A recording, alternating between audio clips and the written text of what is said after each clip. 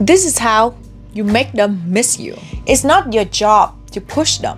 Hey, please see my value. I have value. Because I know if you want to play the game, you can. But that's not living with your authenticity. You will be so tired. It's like a hamster running on the wheel non-stop. I know it's hard when the love bomb hits. You will fall into this chemicals, fireworks of love going on, and you just want to be next to them 24/7. I get it. If you want to meet the right person for you, are you the right person for you yet? Don't play hard to get, be that hard to get prize. I want to make the second part of this video. From the first part, I have a few interesting questions that I like to answer for you. Plus, I feel like I didn't express myself enough of what I really want to share. A lot of us are being told to act like a prize and you will be the treasure. Just like fake it until you make it. Does that really work? It will not, and here's why. Hi, my name is Delilah. Welcome to my channel. In this channel, we talk about motivation, healing, growth, self-development, love, and many other subjects. I am here to share my mistake and lesson so you don't have to make the same mistake that I did. You're welcome. Let's dive right in. Let's talk about the difference between playing hard to get and be hard to get. So here it is. Play. I want to break it down for you guys. This is inauthentic, or another word, fake. I've been there. When I first discovered what I was doing wrong, I was all into the game and I was getting what I want, but I was not living with my authenticity. You will be tired of going into a relationship wearing a mask 24/7. The question I have for this video, if everybody is playing game, male and female, then how do we get a partner? The point is not to get a partner because it's easy. If you play the game, you will get a partner. But it's not the partner. It's not the person that will be compatible with you. There is a cap for every pot. Because if you are playing, you are acting on your extrinsic motivation just to get someone, just to look cool. I understand you want love. We all want to be loved. It would be a complete BS to say that you don't care about love. Think about who would end up with you. I feel like people who repeatedly saying this have wound to heal. Assume that love is not made for you. If you really think that, there is still part of you that need healing. This is also the scarcity mindset. If you get into a relationship with extrinsic motivation, the minute that you get in, you will let go of yourself. You stop showing up the same way that you showed up in the beginning, or the opposite. You will turn yourself into a people pleaser, bend head and heel to please your partner because you really don't have your own identity. You are changing yourself and you are playing the game. This will lead to your partner feeling like they are being tricked into the relationship. It will end up in resentment on both sides because you feel like you have to pretend yourself to get them.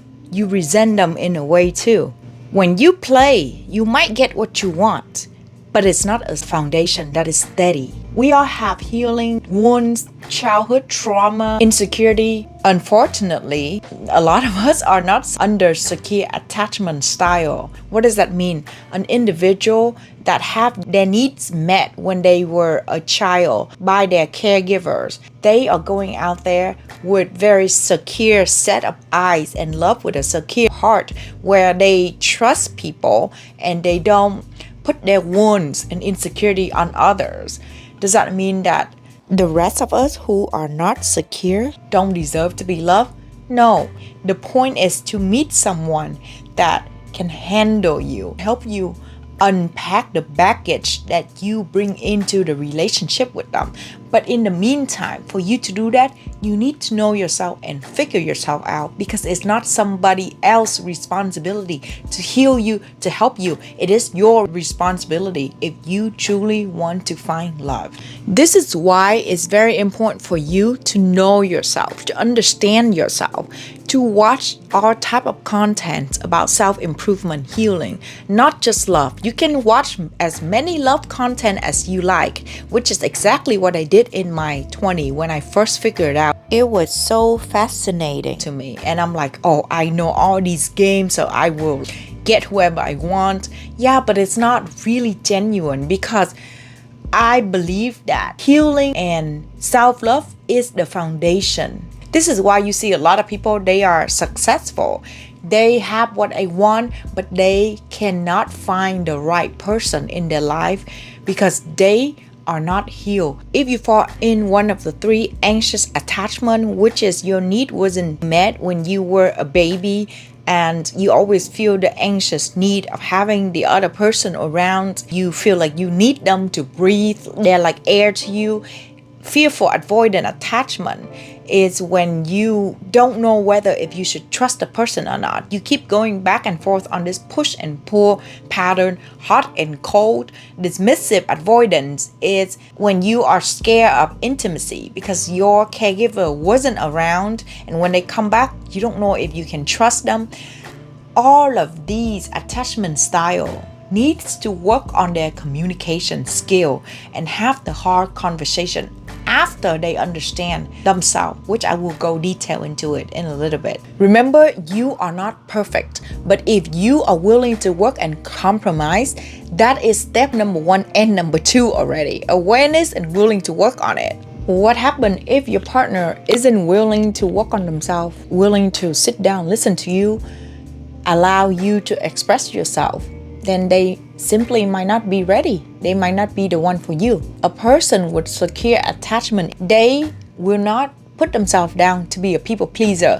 They will set the boundary. They will have compassion, willing to listen, willing to see their own flaws, work on themselves as well as helping their partner. Let's talk about being the prize, not playing the game anymore. To be the prize, you need to have strong self-reflection and awareness. You have to know yourself. I'm taking an example. You're texting someone you're talking to. They didn't respond for 2 days. How do you feel inside? If you are anxious attachment, you might feel so anxious and needy, demand that they need to respond to you right away. Fearful avoidant attachment issue like me would want to play the game back to them. Okay, you don't respond to me for 2 days, I will not respond for you for 3 days. And you basically train the person to continue playing the game with you.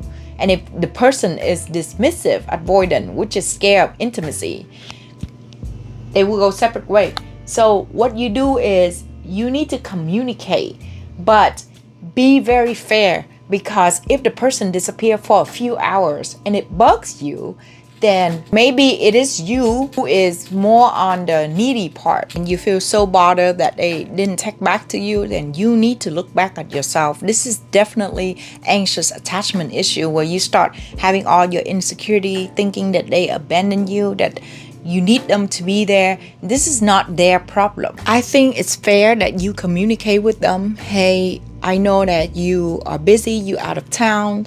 However, I like to hear from you because I feel certain way when I didn't hear from you for 2 days. And then you will watch how they react.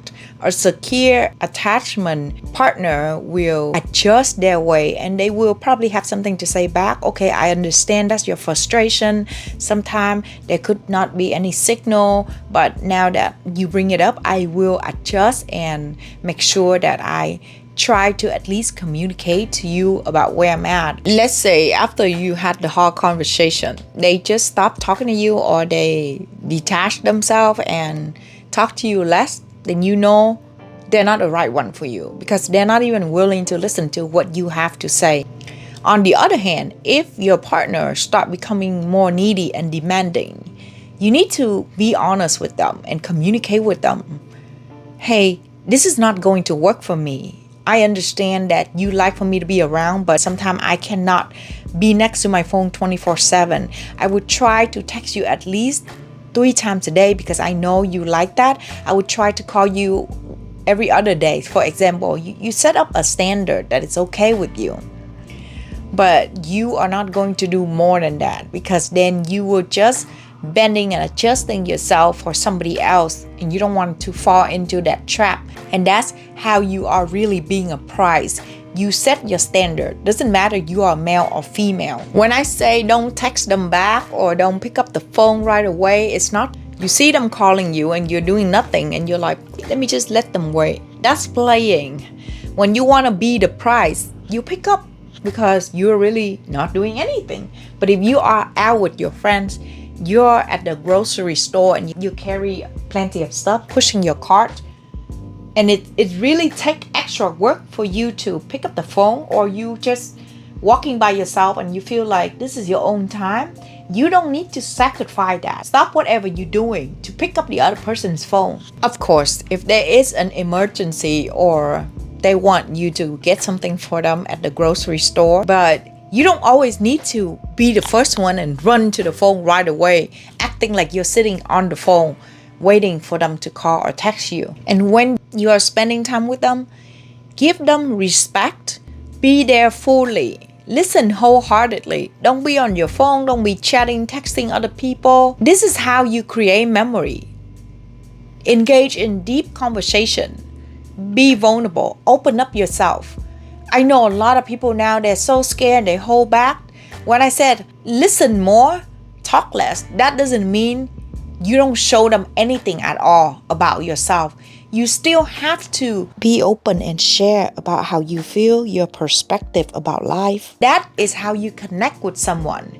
I know, it's so confusing. It's like you talk too much about yourself. It's not good either. You express just enough, but you go deep into the conversation. This is how you make them miss you. Show the passion and the fire in you. Now, this is not drama dumping, okay? I went on a date with a guy and it was the first day. I should have known. He went on about how his ex-wife left him, on and on and on about her. And this is before I go through my healing journey and understand anything about trauma dumping.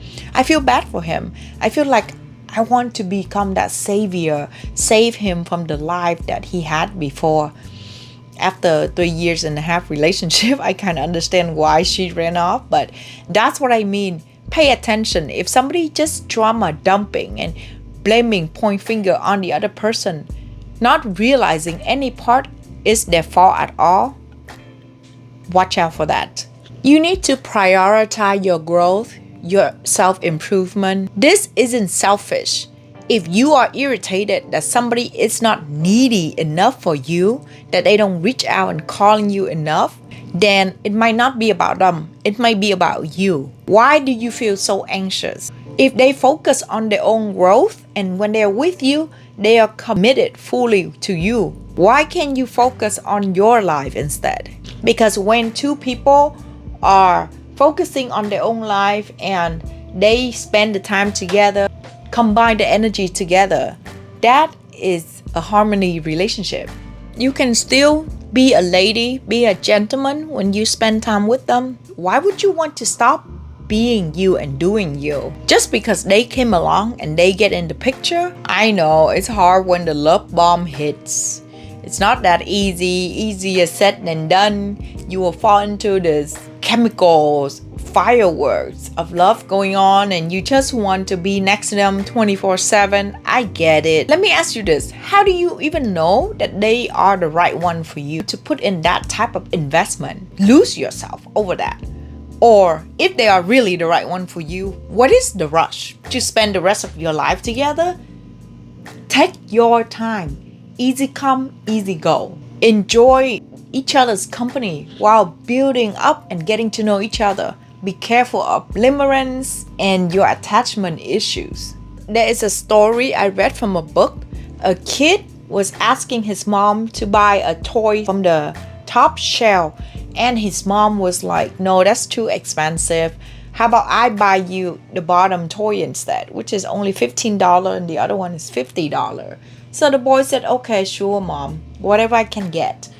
2 weeks later, he doesn't even know where he throw the toy at. He come back to Target, point at the top shelf toy again and ask his mom, Mom, I really want it. Can you please get it for me? The mom said, but I already bought you the other one. The kid said, yeah, but that's what I want. The mom was like, okay, why don't you bring home A's for the next 2 semester? On the next 2 report card, I will buy it for you. It was hard for him. It was not 2 in a row, but he continued trying. He did. He finally brought A's home, and she was happy, so she kept her word and bought him the toy. Years later, when he's packing stuff to move out from his mom's house to go to college, the toy is still in the glass on top next to his precious pictures and memory. Why? Because he has to work so hard to get that toy. Just like that with relationship. Doesn't matter man or woman. If you have a partner that is a high value partner, that they work on themselves, that make you want to try harder and be at their level, do you think that you will slack off after you get them? So being with somebody who is vibrating high, who constantly elevate themselves, you will have no choice but to bring yourself up to that level to keep the partner if they are meant to be for you. Now, let's talk about the how. Let's talk about anxious attachment style. I explained to you guys briefly earlier, they always have this anxious feeling and it's almost like needy where they can't stop being attached to whoever they are talking to. It's easy for them to feel hurt, rejected, abandoned when they don't receive a text back, the other person don't pick up their phone call. But you need to ask yourself, are you being reasonable? Has it been long enough for you to even be anxious about the fact that they didn't text you back? Are you just assuming? Are you constantly looking at your phone, their status, and when's the last time they were online? Ask yourself that question and you know if you are acting on your trigger or not, to see if you are being fair to them. After you figure it out, this is how you are going to communicate. Hey, I tend to invest a lot in the person that I'm talking to, and I see that you are not very responsive. You would disappear at time for days. I would like to have the same reciprocate.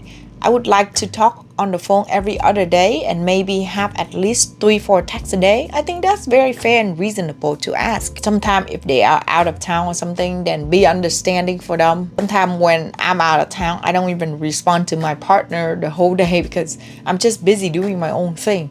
Make sure that you communicate your need to them. If they pull back or become defensive, then don't force yourself to accept less contact or breadcrumb just to please them. This have to be the same level of chemistry and attraction. If you are way more attracted to them than they are attracted to you, and you are demanding this, and they take off, then they just not that into you. I don't know what to say.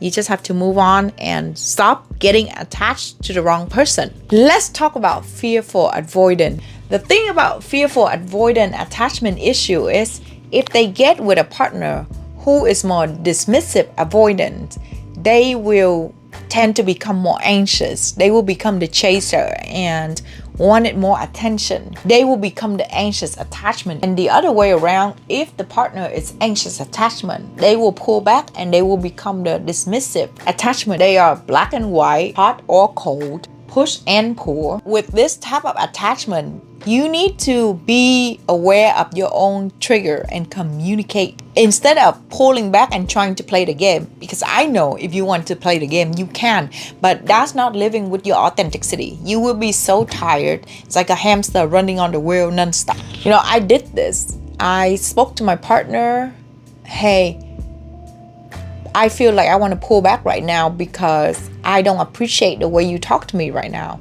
If you can just stop and don't cross the line with me, then I can really take my time and think about it and we will be okay. Otherwise, I would pull back and turn cold to him and he become the chaser. So it was continue like that for years. It was so tiring. So you just need to know yourself and communicate. Hey, if you don't respond back to me, I text you and you text me 6 hours later or the next day, most likely I will do the same thing to you. And the game will just go on. If that's what you want in a relationship, I'm not interested in that. So I understand that you are busy, but just respond to me as soon as you can, and I will continue to do the same thing. If I feel distant, then I'll ask you for it. Or they would communicate with the anxious attachment partner that, hey, I feel like I really need my space and you are a little bit overcrowding and crossing my boundary right now. So I like to just really for you to back off a little bit so I can breathe and I can feel free again. I won't need to pull away. So the last one is dismissive avoidant attachment. They get annoyed when their partner demand for too much intimacy, attachment, and needy, and wanted them to be there, talk about feelings. It's like too much for them. But they need to understand that they are getting triggered. It's completely normal to have deep intimacy, deep conversation after a while. It's completely normal for one partner to want to see the other person. So they need to know that this is their trigger. It has nothing to do with their partner. And tell themselves that, hey, what am I afraid of? I need to face with my coldness and give the person the love, the attention that they deserve, And if it's too much, too overwhelmed, then they need to communicate and tell their partner that I need to step back and have my own space, just like the fearful avoidant earlier. Could you respect me for a little bit? And I know all of this is so hard to have the hard conversation, but there really is no other way around. People avoid a hard conversation until they fall apart, and that's what happened to dating society nowadays. Of course, it's easier to avoid, but this is when you are causing energy training, wasting time, not knowing what the other person wants. It's just too much guessing and pretending. Be direct, firm, but soft. I know some people avoid because they feel like if they confront their partner, there's going to be a problem. They would say, but my partner like when I'm being sweet to them. Okay, I get it. Being sweet, it's good. But if you are being sweet all the time to the point that you feel like you're walking on eggshell, where you can't communicate your wants or need. So that is a one-way street. You always have to look at their facial expression just to speak up about something. Do you think that is worth it? Aren't you tired of being a doormat, a pushover in your own relationship? Keep making excuses for them. Sorry, I have to be tough. I don't know how else to say this. If they get defensive and refuse to communicate, they can't even be reasonable when you are being patient and put everything up front. So it's a one-way effort, only on your side. Is that really a relationship that you want to keep? It's not your job to push them. Hey, please see my value. I have value. They probably don't even understand themselves. So why do you want to waste time? Don't stick with the wrong one, staying around them for so long and hoping somehow the right one will find you. How can they find their way to you? I have a friend, she just turned 40 and she was complaining to me that she could not find the right guy. And I'm like, what about your boyfriend now? She's like, I know he's not the one. We're not compatible. Then why are you still with him? I don't know. It's hard to break up. That is why you can't find the one. So I came visit her and I knocked some sense into her and I told her, look, he's a very nice guy. I met him. He's really nice, really sweet. But you guys are not compatible and he doesn't want what you want. So what are you doing? A couple months later, she broke up with him. 2 months ago, she finds someone and they're moving fast. He wants to talk about marriage and everything, at an older age. Mature love is faster on decision making. So of course I warned her, but I said, do what make you happy. If you're happy, I'm happy too. But you have to let go of the wrong one. That's how you find the right one. Dating is a numbers game. If you supposed to meet, let's say your fate. I'm talking about fate right here. The 10th person, you're the one. And then you're supposed to date each of these wrong person for only 1 or 2 months, but you spend instead 1 or 2 years with them. When do you think you are going to get to your person that's supposed to be for you? There's no way, because you keep sticking with the wrong person. You're not a tree. If you don't like where you at, move. What are you gonna do? Wait until they pass away and then find someone else, or wait until you're 80? Although some case that happen, but I really don't want to wait that long. So make sure that you are not wasting your time if it's not the right person for you. When I understand all of these games and I was playing the game, not being the prize, okay, I was able to attract a lot of guys and they all were chasing me, but I can never get to the partner that I truly want because my vibration can only attract the same frequency that I'm at, which is the frequency where looking and opening to love, but not someone that in the same mindset, growth, focus on their career. If you want to meet the right person for you, are you the right person for you yet? Are you truly happy where you at right now? How about triggers? Are you feeling so easily triggered by things around you? Do you have a purpose? Pay attention to the part inside you that still need healing. Do you constantly yearn for love, looking for love, seeking for love, desperate for love? Or do you hate love and don't believe in love? My friend, you know the answer deep inside. Be open for love and be open to receive love while working on your self-improvement, but don't be desperate for love. If you just want a partner, sure, just continue listening to more love contents. I'm sure you'll find one. If you lower your value or just continue to play the game. But really, for what? What's the point? If you don't value you, how can you find someone that will value you? And I'm not talking about fake value. Truly value yourself. If you value yourself, you look at yourself like a treasure. You will continue to make yourself the shiniest piece of diamond out there. Not just go around and like tell everybody, I'm a treasure, I'm a treasure. What do you have? So use this time to learn and evolve to the price that you want to be. Only when the foundation is steady, anything you build on top will survive.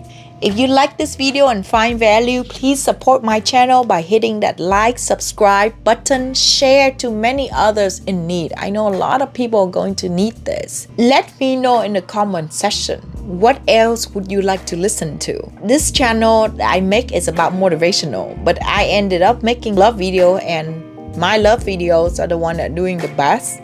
So I attract more subscribers that want to hear about love, but not really self-improvement, when it's actually the same thing. It's linked together. If you want to find love, you need to work on yourself. I hope you understand that concept and continue to do whatever it takes to bring yourself to the next level. If you like this video, you can watch part 1 if you haven't seen part 1. If not, watch this one. See you in the next video. Bye bye.